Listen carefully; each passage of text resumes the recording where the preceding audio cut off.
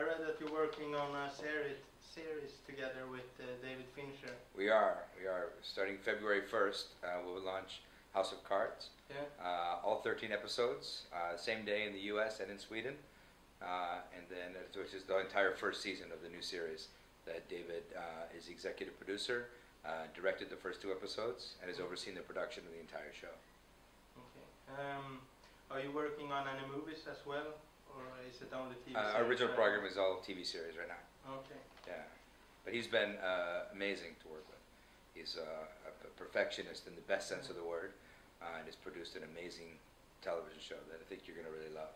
Yeah, I like his work. I met him here when he was here for The Girl with the Dragon Tattoo. He spent a lot of time here, right? Yeah. Yeah. No, he's a great guy and a incredible artist. I think the best director of our generation. Yeah. What do you think about movie companies' decision to release movies different time in different countries? I think it creates an environment for piracy.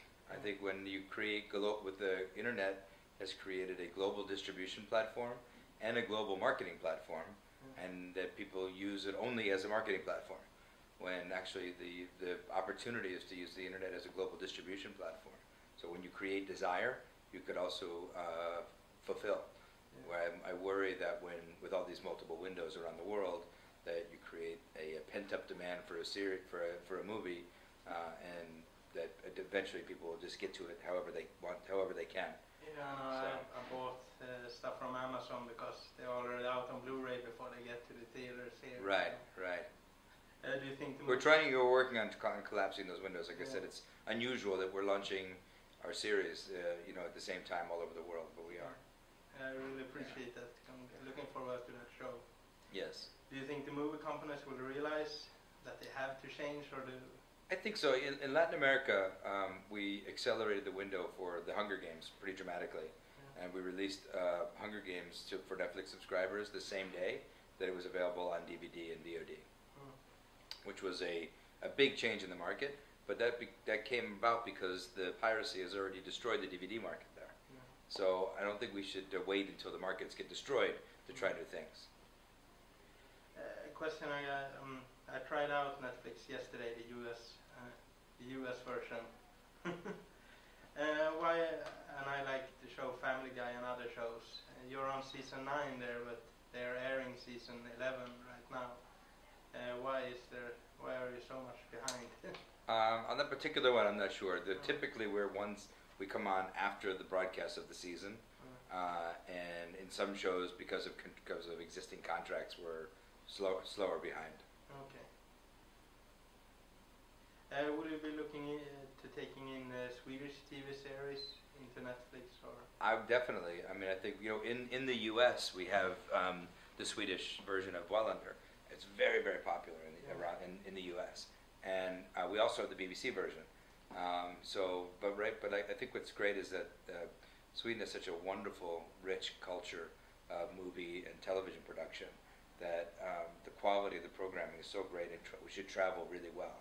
So I would love to be able to take a series, not just have original series for Sweden, but also from Sweden for everywhere else. In Norway, as an example, we have a wonderful deal with NRK for the series Lillehammer, where it started in Norway, and then 2 weeks after it started in Norway, we launched it in the U.S., in Canada, and all over Latin America. We have millions of people that watch this show that is 65% in Norwegian on Netflix around the world. So I think it's a great opportunity for your great film and TV makers here in this country. Yeah. The site I'm from basically just do movie reviews to tell people what to watch. Yeah. Do you have any favorite movies? My favorite movie last year was Ides of March. I think, which was interesting because now we're working. House of Cards. Bo Willimon wrote the screenplay for Ides of March. It was based on his play, and but I personally like movies about politics, and so I thought George Clooney was great in that movie. Yeah, it was really good. Yeah. So you decide what's going to be on Netflix right now? Yeah. What are you looking for? What are you looking for movies to take into Netflix? things that will generate a lot of viewing. You know, so TV shows that are very addictive, the kind of show that you watch one episode, and then you like it so much you watch a second one, and then you know you have to go to work tomorrow, but you can't go to sleep. You got to watch one more, and then it becomes a negotiation for that fourth one. And those are the shows that I, on the TV side that I'm most attracted to. On the movie side, just the kind of movies that are people love to watch but are very difficult to distribute. Movies maybe that don't have the biggest star sometime, or documentary or foreign language films that don't play in the U.S. as well as they do here in Sweden. Yeah. So you're taking in a lot of independent movies as well? A lot of independent films, yeah, and a lot of great documentaries. If you play around the site, you'll see a lot of incredible documentary that I think people actually don't realize how much they would love documentaries until they try them, and that's why Netflix has become one of the most important distribution channels for documentaries in the world right now. Oh. Yeah.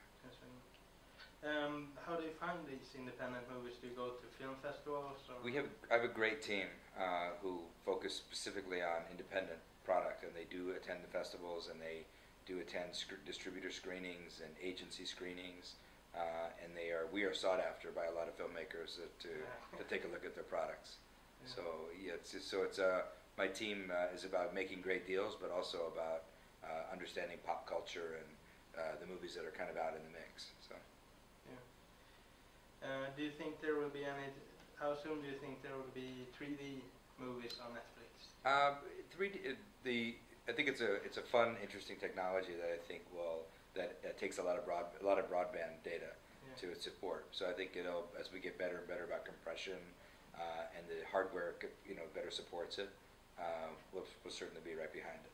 So that's the limit right now, the hardware and the bandwidth. Yeah, you're using a lot of broadband to support it, where where we would rather see it right now going to picture quality and sound quality and those things. So. Yeah. But I think it'll get the compression technology will be fast. Will be fast as well. Yeah. And we have a lot of rights to do a lot of 3D movies. So when it's ready to go, we'll be ready to go. Okay. Yeah. That's nice.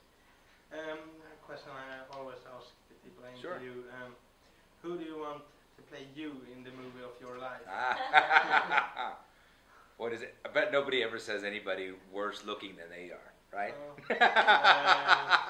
So Read the shoes, Brad Pitt. Brad Pitt, yeah, that's a good one. Yeah, yeah. So for me, I would want George Clooney. I'm just trying to one up Brad Pitt. So you should always one up your boss. No, that's all the questions I had for you. Great, this was a lot of fun. Yeah, thank you very much.